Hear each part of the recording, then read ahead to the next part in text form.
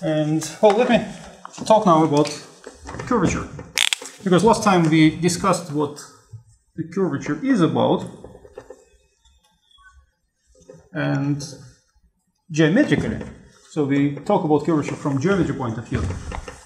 Geometrically, we see that the curve at this point is curved less than the curve at that point, and what we can observe is the tangent line, and what we pretend to do is we pretend to follow the curve and observe how the tangent line changes, and then we follow the curve here, see how the tangent line changes, and then what we see is that tangent line turns, and we measure this angle, and then we relate that angle to the distance traveled.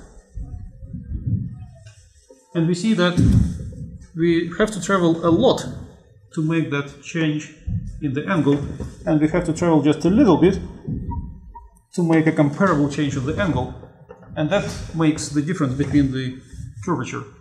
So we have to look at the ratio of the angle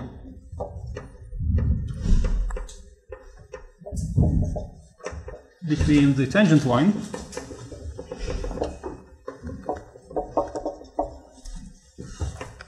over the distance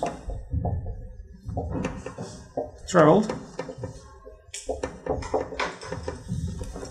And of course we have to take the limit of that. That was the fundamental observation, that we don't just take one step, measure these numbers, take the ratio.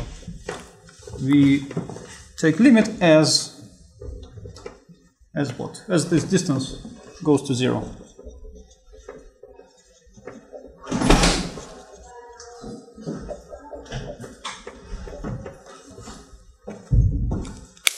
And now the question is how to understand that.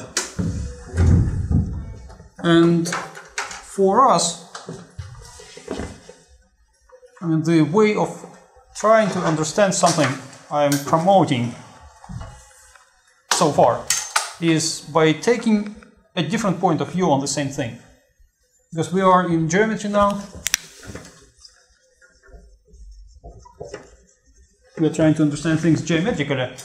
And geometrically, you see, everybody is easily convinced that the curve is curved more here than there.